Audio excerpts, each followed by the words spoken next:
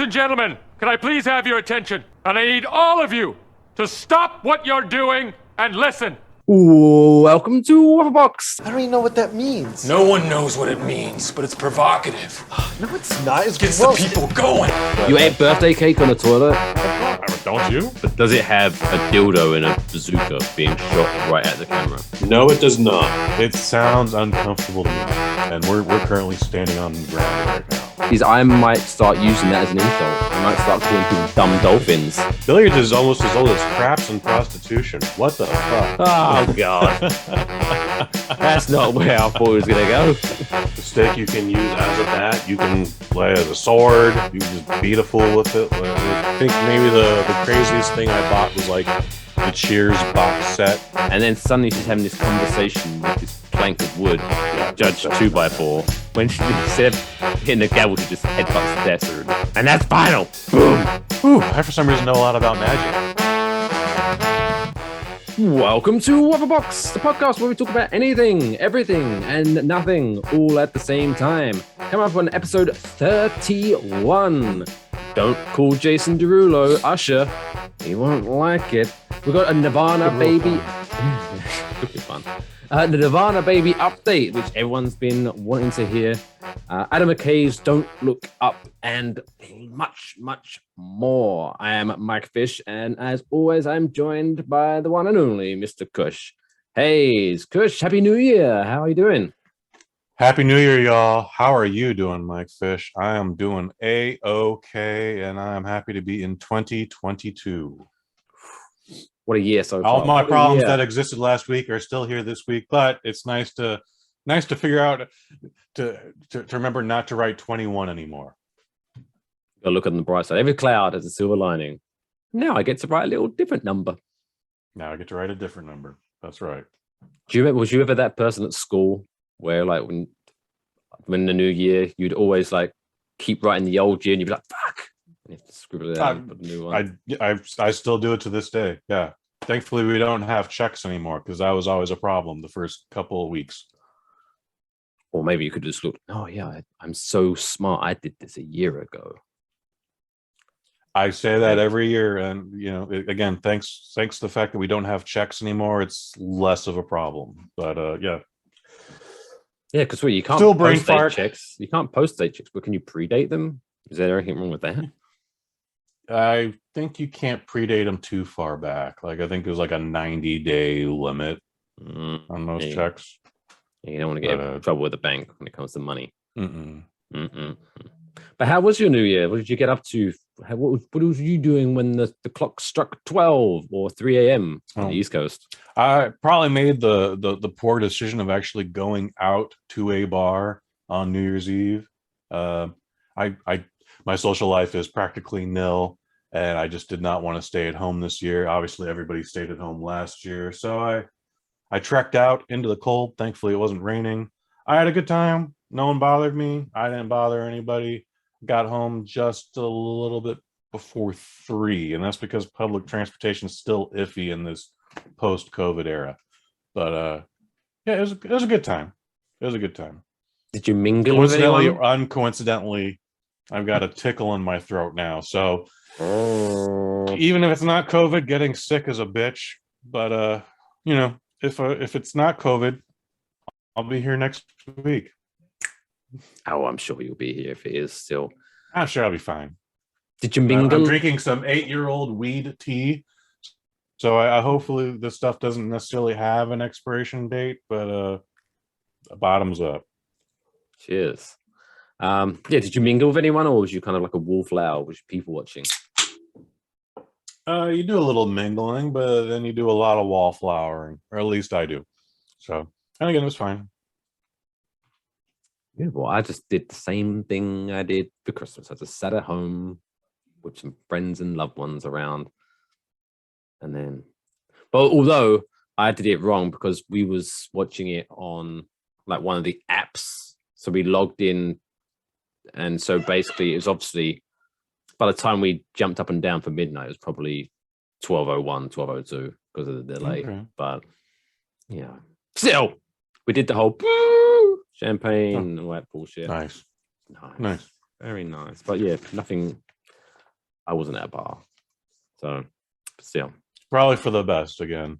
So No issue throat, and I saved a little more money. Win-win. smart. SMRT. So yeah, before we get into it, you was telling me off air, you got a little bit of excitement. I'll kind of get into it earlier, I guess, because we've got Microdose on the Bosnet family celebrating its 100th episode this weekend. Oh, yeah. Tell us a little about yeah. what are we? Is it like a special show? Is it a clip show? Is it a bit of both? It's going to be a clip show. The closer we get to Friday, the harder it is to book anybody to like say, "Hey, Robin, you remember that time when we did this with such and so on this date?" Woo woo woo. And then I throw it to a clip. I'm just gonna have to probably do that solo. But yeah, man, we're gonna have a good time here. You're gonna be a part of it. We're gonna have Jillian Wallace Horvat. She directed a movie called I Blame Society, where I threw her a terrible question, and it's quite hilarious. Nicholas Evangelista from SVU, Law and Order SVU, he'll pop in. Bob Calhoun, author and pro wrestling personality, he's going to come in and tell us about some history. I tell a story about my experience seeing Joker. Just to give you a little preview there. But that's this Friday, 100 episodes of Microdose version 2, and then once we hit 101, it'll just be Microdose proper. Beautiful. When two become one, as the Spice Girls once said. I love that song. That might be my favorite Spice Girls song, honestly. I remember listening to that when I was probably like 12. I had no idea what they were singing about. I was very innocent. There you go. Speaking of innocent, or maybe not, we've got some breaking news. Well, breaking as of recording this. Probably by the time you hear it, it'll be old news. But Jason Derulo. He got into before you go into this, I only know Jason Derulo from the Cats adaptation. Oh, wow. From 2019, December 2019. That is a horrible reference. Anytime his name has come up, someone does that little jingle. Jason Derulo. I don't know anything about him, and I don't know what that's even about. But that's like the third or fourth time I've heard that reference. So break down who Jason Derulo is, please. Jason Derulo is an R&B singer who either has a nervous tick where he has to keep saying his name, or he's just very conscious, and he's worried that people are going to forget his name, even though they listen to his music. And literally, at least once per song, he will go, Jason Derulo. I don't understand why. Like, I'm listening to a Jason Derulo. I know who you are, Jason. Relax. But maybe this kind of edges into the story because someone in Vegas called him Usher, and Jason Derulo flipped the fuck out. And did you see the video? I sent you the article. I did not. Holy shit. He just... Oh, does he throw some hands, huh? Not only does that, but he runs, but he bolts at this guy. And he just one punches, knocks him the fuck down. This guy totally regrets making that joke. But oh my God. So apparently the guy hasn't pressed charges. Nice. But apparently he has like a year to change his mind or something. I don't know how the law works. There will be an out-of-court settlement that we will I'm not hear about. But it was fun. If you haven't seen it, find the video. It's hilarious. It's one of those moments where, when you think this would be funny, and then you can definitely tell the moment that this guy was like, I instantly regret doing this. Okay. Jason Derulo is not a small fella. I would not like to get on his nasty side. But, just to be fair, the quote actually was, he yelled, "Hey, Usher, fuck you, bitch." Oh, well, come on, man. That's two insults in one. Double whammy. Yeah, no shit. But my advice to Jason, as a man in the public eye, such as myself, but if someone says, "Fuck you, bitch," and their friend is quite clearly holding a cell phone filming you, don't react. because you know that's going to go viral. They're just asking for it so they can just leave it. Be at peace. You Be know what? warm. Jason Derulo is probably not sorry about this one incident. I know everyone's just like, I'm so sorry. I lost control of myself from the moment. It goes back to when I was a baby and someone called me Usher in the 3rd grade and followed up with "fuck you, bitch," and I just went like, ah. But I'm a bigger man now. I've had time to process it. I've time to reflect on my inner self, and I will do everything I can to not do this again. I'm going to anger management classes, and then the bit goes on and on from there. But he's probably not sorry. He's probably like, yeah, that guy probably fucking deserved his ass whipped. This guy definitely had like, this was like the thread that was about to break, and like he had it up to here with Usher or something like that. Maybe Usher had upset him or something. And he was just like, if one more fucking person mentions Usher, and then he's like, fuck you, Usher. Because there's some weight nuts. involved with being mistaken for Usher. I'm just going to throw out the like allegedly. He's got a couple. Usher likes the ladies, and the ladies like Usher, and apparently there's a couple Samuel Terrence Davidsons out there associated with Usher. So, well, he has made several confessions to his extracurricular activities. Old Usher. Mm-hmm. Did you get that pop culture reference? I believe I do. He's got a couple of songs. It's in the same vein as the initials I just dropped. But yeah. So these are my confessions. I got you as a song. Flexing my vocal cords today. You got a lovely voice, Mike. You should exercise that more. I'm never gonna dance again. Guilty. No, maybe at the Christmas party next year. We'll see. The Waffle Box. That karaoke's paying off, dude. That karaoke's paying off. Love a bit of karaoke. Speaking of music, still very musical. We got an update. I can't remember the exact episode we talked about this, but obviously Nirvana Baby. Spencer Elden, who's trying Baby Dick Elden, who's trying to sue the members of Nirvana plus other people because he said, if you didn't know the story, if you missed that episode, so he is basically saying that his picture, so in the Nirvana Nevermind album, where there's a naked baby in a swimming pool reaching for the dollar bill, he thinks, so he alleges that that's sexual exploitation and the artwork constituted sexual abuse, and that he like some bullshit about he suffered like bad life because of it and all that bullshit, which obviously was not true because, as we all know, he returned several times to recreate the photo because he liked being famous and he tried to use it to pick up women, which is kind of really weird. But there you go. But the update today is so the lawyer or people defending Nirvana said that Elden's claim that the photograph on the Nevermind album is child pornography is on its face not serious. Their lawyers said, knowing that anyone who owned a copy of the record would, on Elden's theory, be guilty of felony possession of child pornography, which it's a pretty heavy point to make, but I guess it's true. If that theory is correct and it isn't, then that would be wow. The 90s would be even more fucked up for like millions of people. Now I feel bad because my copy of Nevermind is at my parents' house. I hope they don't get a knock on the door. Oh no. They're gonna get zucked. Yeah. So basically it's all bullshit. And so what happened was that Nirvana tried to set a motion to dismiss, and Elden's lawyering team had until December 30th to respond, and they just didn't. So as a result, Judge Fernando Olguin dismissed the case with leave to amend, meaning that his team had until January 30th to refile the case with appropriate changes, which I think he blew his wad on this one, so I don't think we're going to hear anything about this for another while.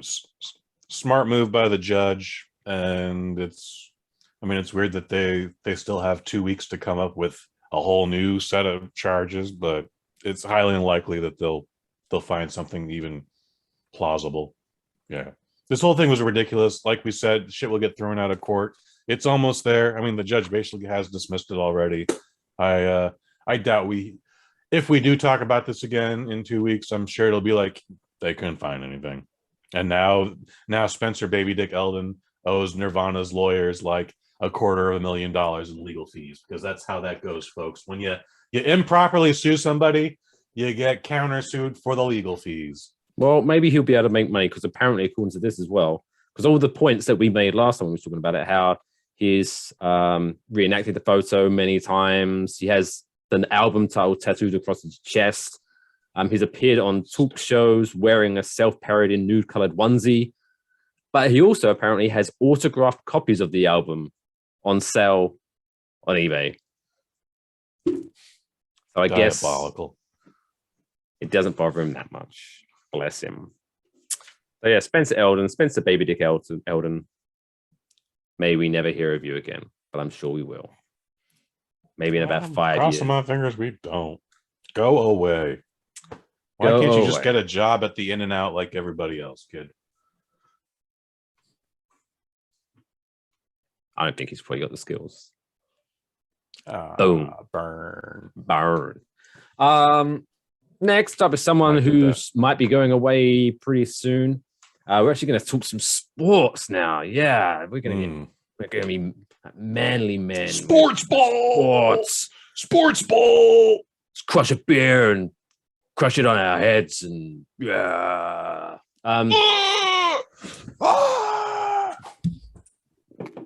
That's how that looks. That's how men work. So over the weekend, Mr. Antonio Brown, wide receiver of the Tampa Bay Buccaneers, went a little bit rogue, shall we say? Now, before we get into what he did do, what else do we know him from? Because I know the name Antonio Brown, and I forget what controversy he was attached to at that time, or how long ago it even was.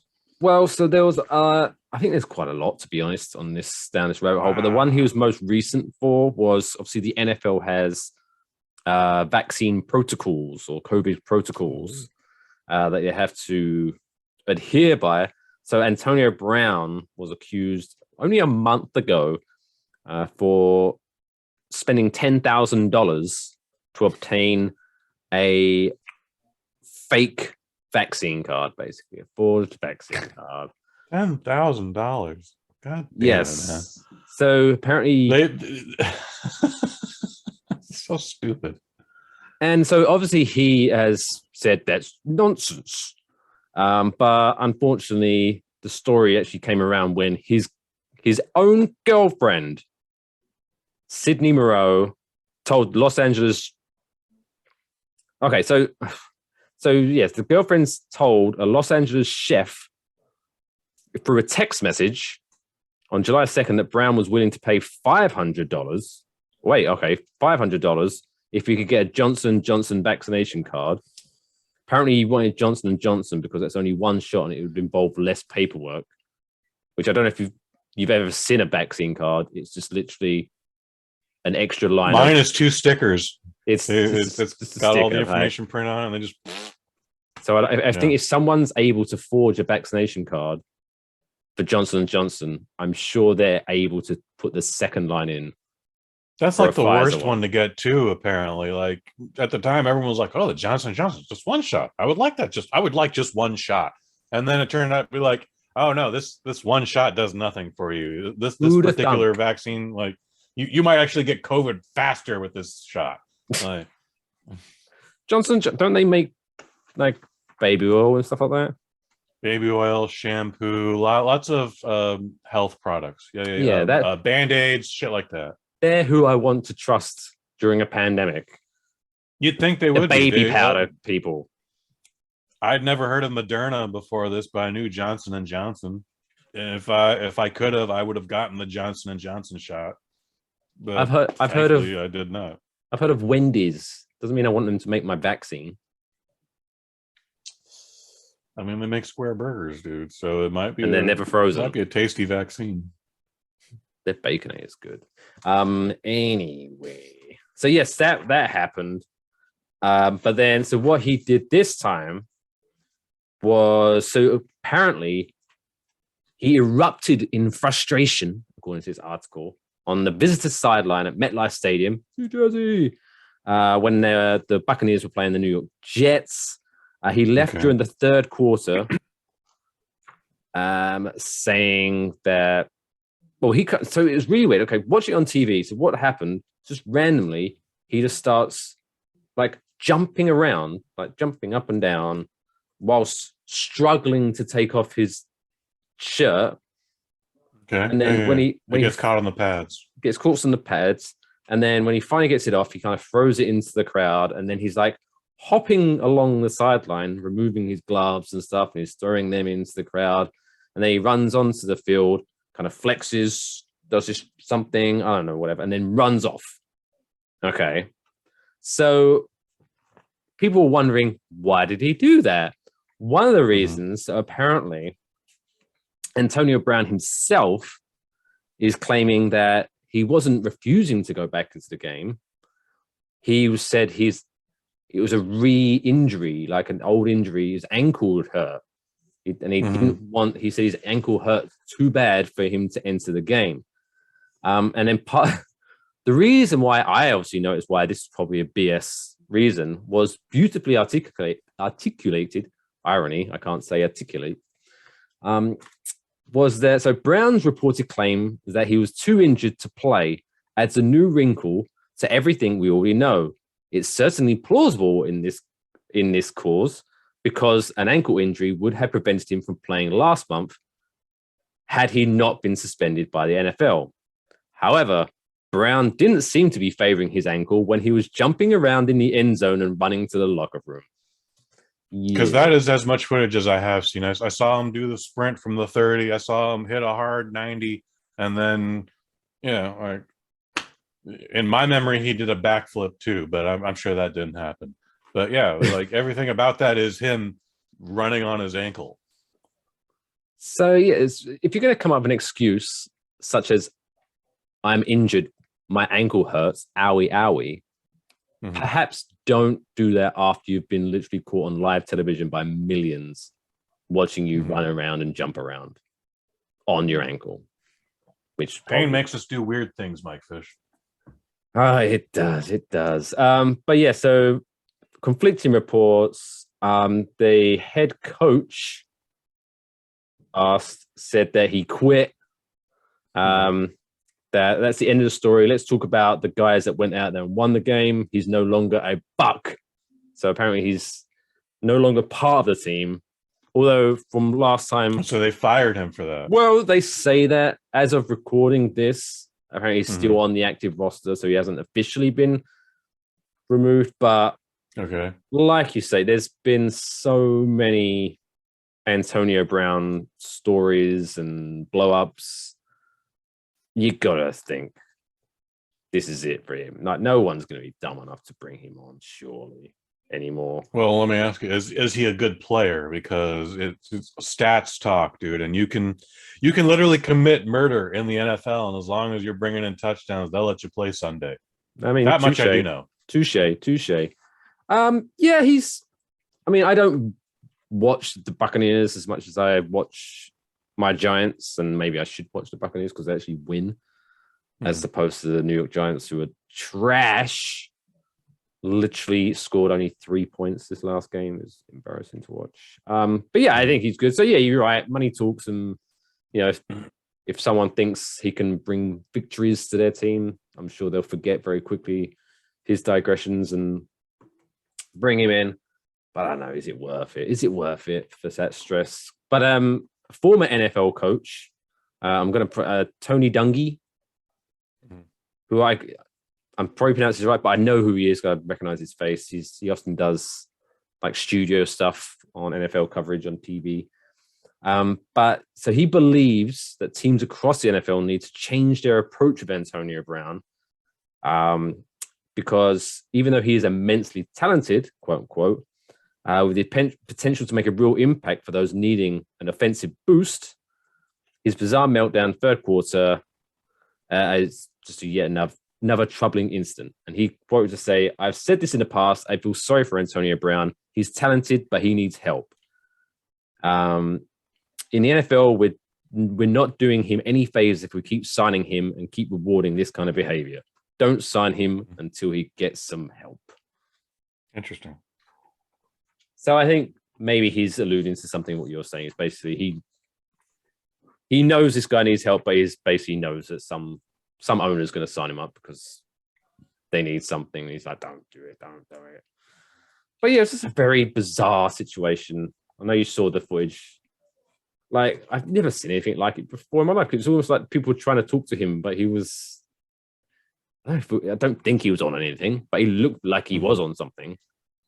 The way he was acting. I mean, he may have been having a chemical imbalance. He may have been having a diabetic stroke. I don't know how these things play out, like, or what his health situation is, but yeah, it sounds like it's a complicated situation, and it's not necessarily very cut and dry. Like, oh, he just had an outburst or whatever the case may be.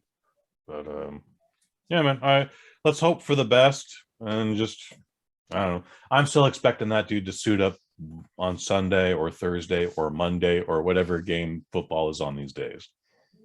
Usually Thursday, Sunday. Whenever the Tampa Bay Buccaneers play again. At some point. I think they're all playing. Are they all playing either Saturday or Sunday this week? It's the final game of the season. So yeah, only we'll football see. on Saturdays now too. Okay. Yeah, because college football's finished now. So Gotcha. Yeah. Sweeping for those ratings, baby. Oh yeah, we'll see how this one plays out. I'm sure this isn't the end of the story of Antonio Brown. I'm sure there's going to be more twists in the tale. For his sake, hope not. Yeah, I hope I hope he's in our next positive story sometime down the line. Indeed, like he saved a kitten or something like that. Saved a kitten from a burning building and fought 10 ninja that was trying to kill that kitten. That's the Antonio Brown story I want. And if it doesn't happen, we'll just make it up. I'm sure that is always an option too. I'm sure no one's going to argue, especially him. I'm sure he'll like the positive PR. He'll go along with it. He'll vouch for our story. And then he'll be like, Waffle Box Pod, those are my new PR guys from here on out. Say, what a gig that would be. We'll get to tell Mary and Myth about Antonio Brown picked up a car off a baby. Oh my God, it was incredible. Yeah. Mom couldn't do anything about it because mom's a woman. But Antonio Brown just happened to be there. She was jacking up her car. And he just went, oh, get your baby. And then she did. And yeah, the baby's alive. And then a school bus was flying through the air and about to land on the car, but he just jumped on it. He punched the school bus right in the grill, and it stopped. Dead in its tracks. Like, he I don't know why he that school bus like in the this, face. but he was just like, "Fuck you, school bus," and punched it, and that thing just stopped flat right there. Three children had actually severe shoulder separations, but it could have been worse if it wasn't for the brave heroics from Antonio Brown. Could have been way worse, guys. Could have been. Just thankful Antonio was there. Anyway. This time for a very special Kush's movie review. Why is it so special, you ask, boys and girls? Because I've actually seen the movie he's going to talk about this time. So it's time for Kush's movie review. It's where he watches a movie and then talks about it on the podcast. This week on Kush's movie review, we've got Adam McKay's Don't Look Up from, as the French say, Le Netflix. They do say that, don't they? They do. They love doing that. Before we get into the actual movie, what a cast! What a cast! Fantastic cast. You got Leonardo DiCaprio, you got Jonah Hill, you got Jennifer Lawrence from The Hunger Games. Jennifer Lawrence, thank you. I don't know why I blanked on her. Kate Blanchett. Meryl Streep. Meryl Streep is the president, and the stupidest president, maybe next to Hector Camacho from Idiocracy. Tyler Perry. Tyler Perry's in there. Yeah. Kate Blanchett. Those two have a lot of fun scenes together. My favorite one when I spotted was Melanie Linsky from 2.5 Men, who's the crazy Rose. Is it Rose, the crazy woman from that sitcom? Charlie Sheen. Is that the maid? No, it's the crazy next door neighbor. Crazy next door neighbor. Okay. I know of 2.5 Men. I've seen episodes. I don't know who the crazy woman is, but I'm sure I've seen her. Himesh Patel from Yesterday, from the Beatles movie. Yeah, I love that guy. He was very good. What a cast. So where should we start with this one? Well, for starters, it is the saddest comedy that I have ever seen. There's jokes in there, but you're just like, oh, that's probably how that would go down. It's very reminiscent to, so back in 1998, 1999, we had this anomaly that happens every so often in movies, Mike, where like one movie will come out and then weeks later, maybe even months later, in the case of Lambada, both movies came out the same day, but 2 months after Michael Bay's Armageddon came out, Bruce Willis, he plays an oil rig worker. They send them up to the asteroid to drill into the asteroid, put a nuclear charge in there, and destroy that rock before it hits Earth. 3 months later, there was a similar film called Deep Impact, but instead of an asteroid, it's a comet. Very different. Sure enough, they send a bunch of astronauts up to that comet to blow it up, and the mission gets botched. And sure enough, the comet it destroys most of Earth. It's because they didn't have Aerosmith on the soundtrack. That's what went wrong. They didn't have Aerosmith. Good. That's why you're on the payroll, Mike. That's why you're on the payroll. I notice these things. So this movie is very similar to Deep Impact, except that it does weave in jokes, or attempts to weave in jokes, but it's all still just very, very bleak and very sad. It's the darkest comedy maybe I've seen. Maybe. Debatable. Yeah. But you can definitely tell the jokes that are there are very Adam McKay kind of jokes. Like, but it's definitely missing, because obviously he's done a lot of stuff with Will Ferrell in the past. Like he was with both Anchorman, Step Brothers. I think pretty much because he was partnered up with Talladega Nights. Yeah. And then they did The Nice Guys, and that's when he started sneaking messages. And The Nice Guys, you thought was just this fun little movie about two boneheaded cops trying to solve a case. Nope, it's actually about the housing mortgage crisis. With Rage Against the Machine on the soundtrack at the end. That was a great bit. It was, it was a very, very clever, sneaky way to sneak in a message. But then the message kept coming. I really enjoyed Vice. I know it wasn't a popular movie with a lot of people. I was even at a screening where Adam McKay was there, and he explained it. And he was like, yo, we tried to make this as authentic as we could, but that Vice President, Dick Cheney, he is very good at keeping his public life private. So all we could do is just pull stuff from headlines and any release reports, and that's how we made this movie. And maybe it's inaccurate, but this is the material we had to work with, What was the movie he did just before this? It wasn't Vice. There was something else. He did the thing with Steve Carell also. That was before Vice. It was also related to the housing market. It's all right. Let's go past. No, I know. Go past. Wasn't that one? It was where it had Margot Robbie in it.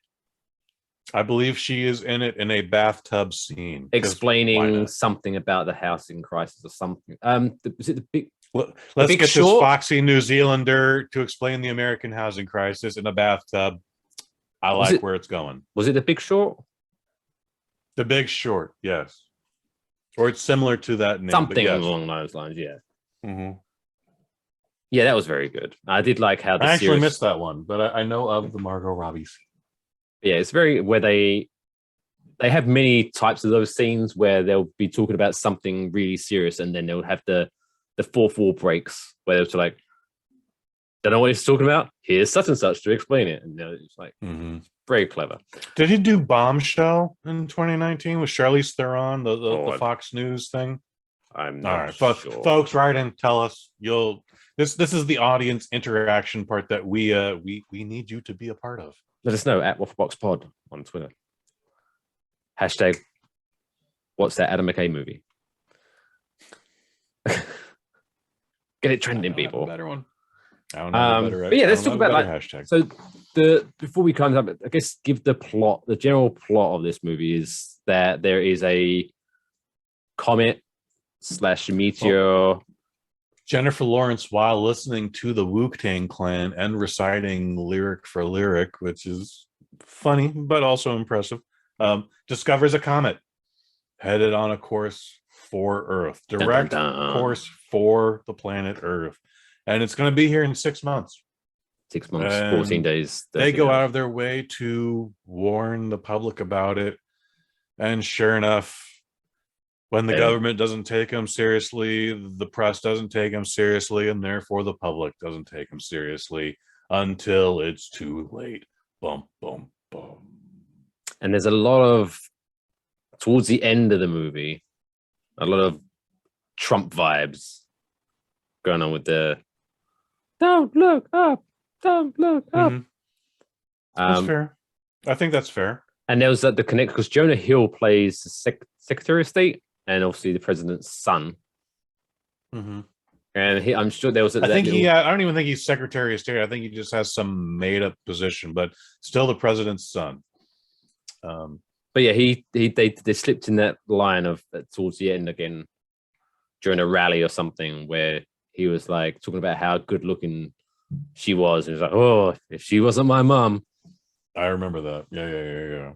Nice little dig. Jonah Hill. I wish he wouldn't play parts like this anymore. You know what I watched the other night? I watched Moneyball the other night, and he's really good in that. And it's a great goddamn movie. The narrative is a little weird, but what are you gonna do? It was a weird story. But yeah, Jonah Hill can do some great, amazing performances, and all of a sudden he's kind of slipping into that Ryan Reynolds territory where he plays the most obnoxious version of himself. It's the same. It's Jonah Hill plays Jonah Hill in this movie. Like I'm not saying this is him, but you know what I mean. He plays the same up character. To 21, not just 11. 21. Yeah. The last good thing I saw, I'm not saying he was bad in this movie, but like you said, where he's playing a very similar version of himself in these movies. I think the last time I saw, I'm trying to actually, what was the timeline? What came out more recent? Was it War Dogs or Wolf of Wall Street? War Dogs came out after Wolf of Wall Street. Okay, I liked him. I could be wrong about that. I thought he was very good in that. War Dogs was good. Lord of War is the better version of that movie, though, with Nick Cage. But Jonah Hill's not in that one, right? Jonah Hill's definitely not in that. I'm just making the comparison, man. It's a similar story, both true stories. I'm just saying the Nick Cage version is better. Oh, I'm sure it is. And then his pig died, and he got so angry that he set himself on fire and rode a motorcycle to get his vengeance. Oh my god, you're blending a few Nick Cage movies there, but that would probably have been better than what we got with Pig. And then, but that bike that I'm talking about, he stole that in less than 60 seconds. Gone in 60. He stole it. Yep. As someone was taking his face off, relieving the skull. Mm-hmm. And this whole thing happened to just take place on Alcatraz. It was weird. I saw the same movie you did. I can't explain it. I don't know how they did that. And then, but anyway, don't look up to The Rock from last episode. Anyway, oh, it's me. Ooh. Nick Cage, what a guy. Anyway, this movie. What is this movie about? So it's good. It's a little too long. It could stand to shave 20 minutes off. There must have been when I watched it. I did like it. When I watched it, I was enjoying it, but then as at one point, one of the people I was watching it with had to get up to use the bathroom.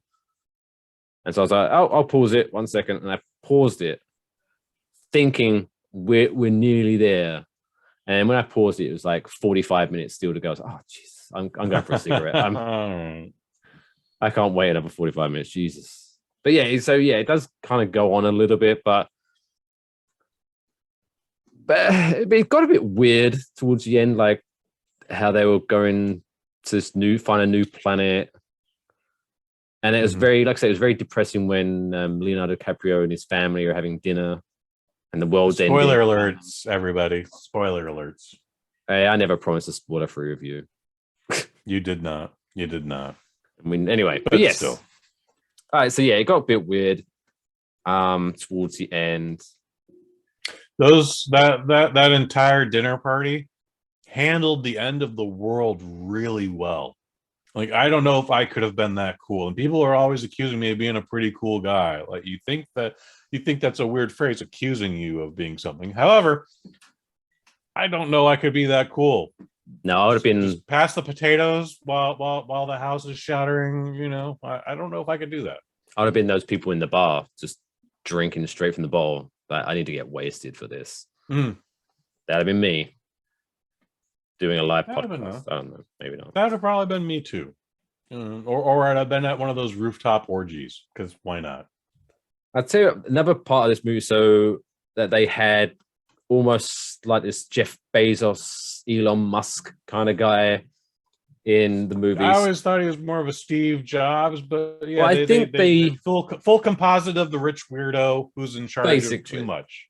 Yeah, it was played by Mark Rylance, who I thought played the character extremely well, because he came off as extremely weird and creepy, which I think was the aim of the character. Yes. So he played it very, very well. But yes, he plays basically a million. I think an amalgamation of all the rich people that you know, Bezos, Musk, and Tim Apple, as we like to call him on the show. Tim Apple, get the reference.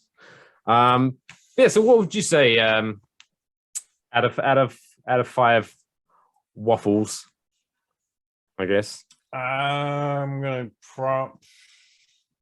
give it a high 3 out of 5. But I don't think this should be considered for an Oscar, and I hear a lot of Oscar buzz about it already. I'm just like, no, we ain't there. It was a fine movie. I found it entertaining. I have no desire to go back to it. You got your message across, at least to me, but I don't see this collecting little gold trophies in March. Well, I think that's just plays into the whole easy way to get at least an Oscar nomination is to pack it with as many A-list movie stars as possible. I think that's the hype around this. Because it was a good movie, but it wasn't mind-blowing. Like, did the other guys get nominated for any Oscars? Because I thought that for a comedy that's supposed to teach us a lesson, I thought that did that way better than this did. Well, again, they snuck their message in. So the other guys was literally just a cop buddy comedy going into it, and then like, oh my god, there's a message here.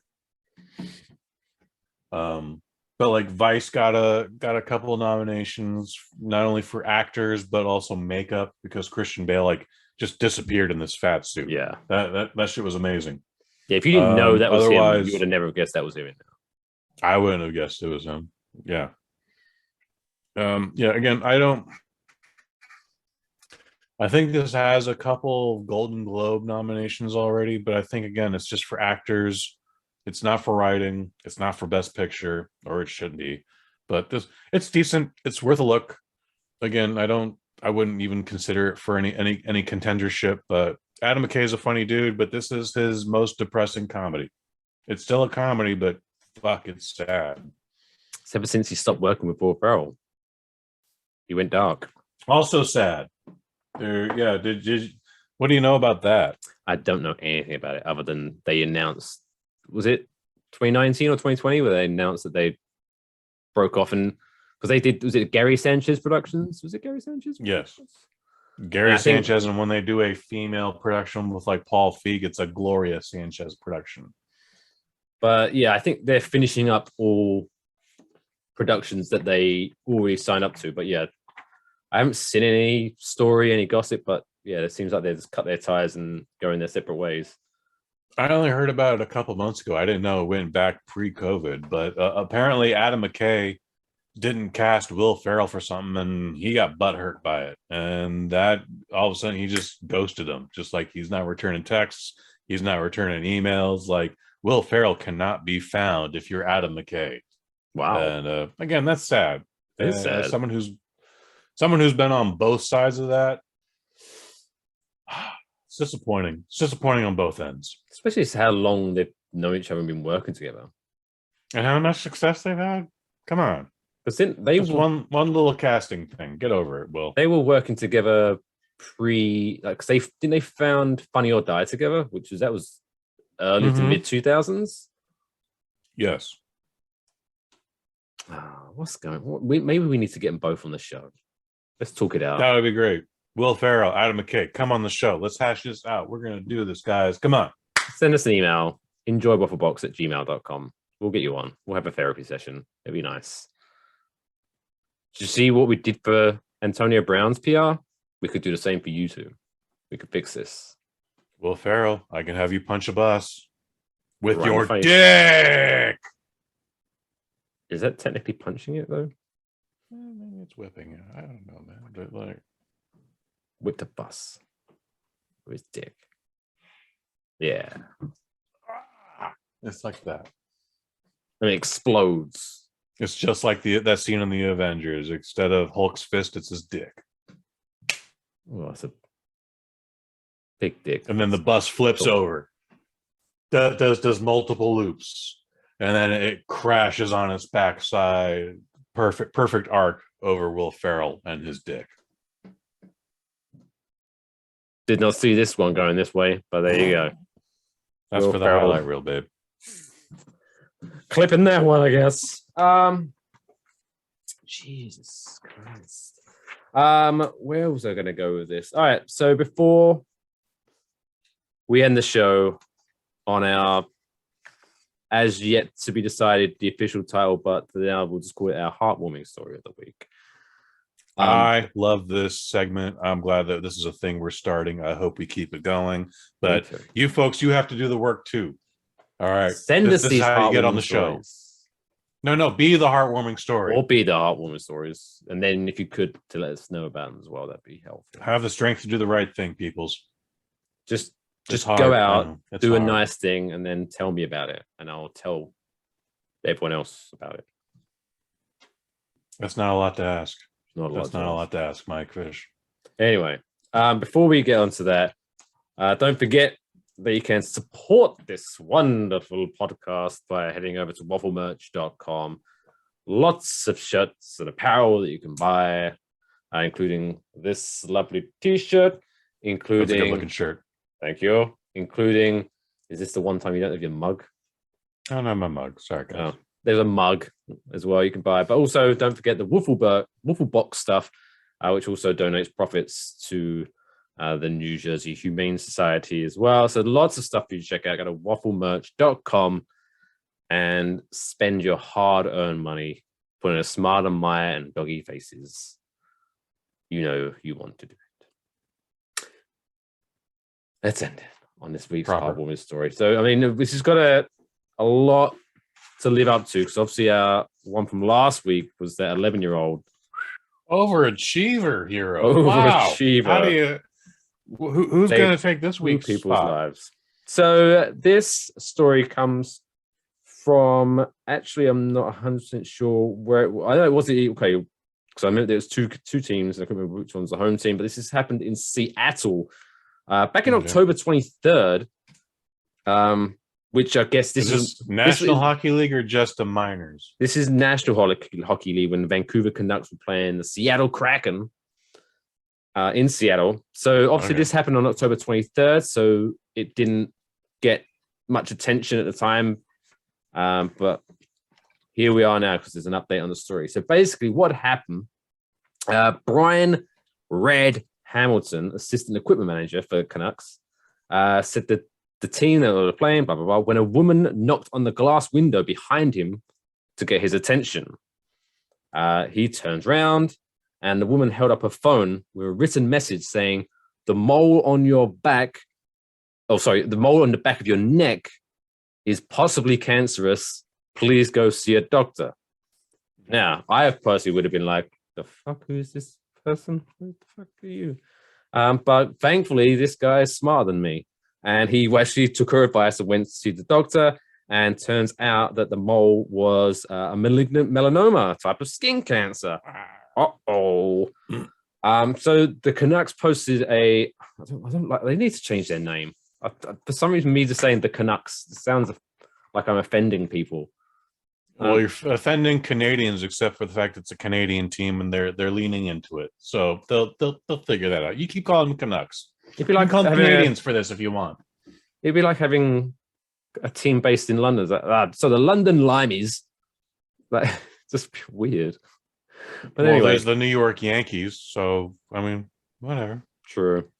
So yeah, the Vancouver Canadian teams posted a message on their social media ahead of Saturday's game in Seattle when they returned, in hoping of identifying the woman. And so the message soon received a reply from the mother of the woman, who was finally identified as Nadia Popovici, whose family are actually season ticket holders for Seattle Kraken. Popovici and Hamilton were able to meet face-to-face at Saturday's game, where Hamilton had a surprise for the 2019 University of Washington graduate. The Canucks and the Kraken had teamed up to present her with a $10,000 medical school scholarship. But is that a lot? Is that much for a medical? Not for medical school, but it's a good start. It's a nice gesture. It's like it'll cover like your first week. It's definitely a nice gesture. But Popovici, who said her time volunteering in oncology wards gave her the knowledge to recognize Hamilton's melanoma, and she's already been accepted to several schools. Wow. Nice. Did that without our PR help, FYI. Like, I was gonna have her punch a school bus with her dick, or maybe not. Her lady dick. Girl dick. Her front bottom. Ooh. Randy. Ooh. But yeah, that's a nice way of ending this heartwarming story. Jesus, Kush. It's just anyway. This is fuck you, cancer. This is a good story. I'm happy to. Fuck cancer. That's a charity. Please, everybody. If you can't donate to Waffle Box, donate to fuckcancer.com or whatever the URL is. But F cancer, that's a thing. That dude literally had to have, like, if not that year, within the last few years, go like, what's that weird thing on the back of my neck? I'm sure it's fine. And then sure enough, you know, it probably irritated him or did something enough that it's always on his mind, enough to the point where, like, wow, this perfect stranger just went like, hey, bro, that might be cancer. You might want to check that out. And it was. So it seems strange, like, for us, like, to be highlighting involved. That as the heartwarming story. This guy has cancer. But the nice part is, if that had happened to me, like, there's a mole here, but this thing has literally been here forever. So if someone started banging on the glass and going, hey, Kush, that thing might be malignant, we're like, give it up. Been here 43 years. Whatever. Mind your own business. Mind your business. Don't look at me. It's a good job you're not a boss, or I'd punch you in the face right now.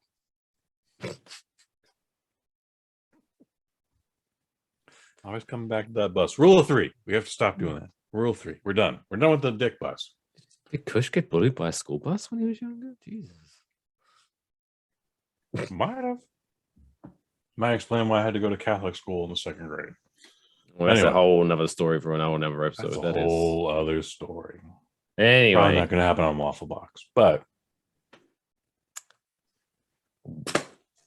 Yes, lovely story, and it's so nice that, you know, the teams teamed up to help her get her medical career started with a donation of about 1% of her school fees. Oh, I mean, if she wants to be a doctor, she's going to need a lot more. If she wants to be a nurse, that might be about right. I have Give or no take idea. 1,000. I have no reference, but all I know is that school in America is stupidly expensive. All the school whatever. in America is expensive. But I don't want to be Indeed. that kind of person. 10 grand's 10 grand. 10 grand's better than no grand. So She unfortunately can't take it to the track and make more with it. But there you go. or can't she? Actually, I don't think she can. No, that's why I said that. It's Oh, never mind. there's usually once we get into like 5 digits, there's some kind of trust or legal ramifications. Like you can't touch this till you're 21, something stupid like that. Like that money is definitely meant for her to go to medical school. Don't think she needs it. Look at that. She's already. Oh yeah, she is providing medical expertise Yeah. without She that did that for degree, free. so she might not even need it. There you go. Shout out to Nadia Popovici, our You go, girl. heartwarming story of the week. So yes, if you do nice things this week, let us know. If you do see a story out there on social media of a heartwarming story, let us know. Enjoy Wafflebox at gmail.com, and it could be our heartwarming story of the week next week. Anything else other than Microdose 100? Is there anything else coming out on the Postnet family that people I can think look we're all forward to? caught up on everything. However, it was brought to my attention this previous weekend that on Christmas Eve, a man by the name of Kirk White passed away in his sleep. This gentleman is actually he is the dude who gave me my start in professional wrestling. He gave me my opportunity. I was just on the ring crew at the time, but that's how you get your foot in the door, kids. You do all the dirty work and then you figure it out from there. But without Kirk White, there would be no Stevie Armani. There'd probably be no Kush Hayes. And I'm eternally grateful for everything he did for me. Without getting into all of it, I wish nothing but the best for his family. I wish we were closer in the years, but he was at my very first show, and I always have this fantastic story about him sandwiching me with Roland Alexander, and both of them just giving me just positive feedback on how I did at the time. And I will always carry that with me to the rest of my days. So Kirk White of Big Time Wrestling in Newark, California, I hope you are resting in peace, and I hope your family is okay. So that's all I got this week. Rest in peace, buddy. Rest in peace. Yeah, so that wraps up this week's episode of Waffle Box. If you are listening to this on any of those audio platforms, you can watch this episode over at YouTube. Just go to enjoywafflebox.com for that YouTube link. If you are watching us and you want to listen to us or listen to the back catalog, you can find us on all of those popcorn podcast platforms: Apple Podcasts, Spotify, Stitcher, Google Podcast, Amazon, yada yada yada. Good Pods. Check out that. Actually, go to App Store, download Good Pods. It's a really cool app where you can kind of get connected with other podcast creators and what they're listening to, and you kind of like a kind of share thing of this person's listening to this, and then you listen to that, and it kind of gets passed along. It's a good way of engaging and helping independent podcasters such as our good selves. So check that out. Good Pods in all good app stores. But until then, until next week, don't forget to look after yourselves and each other.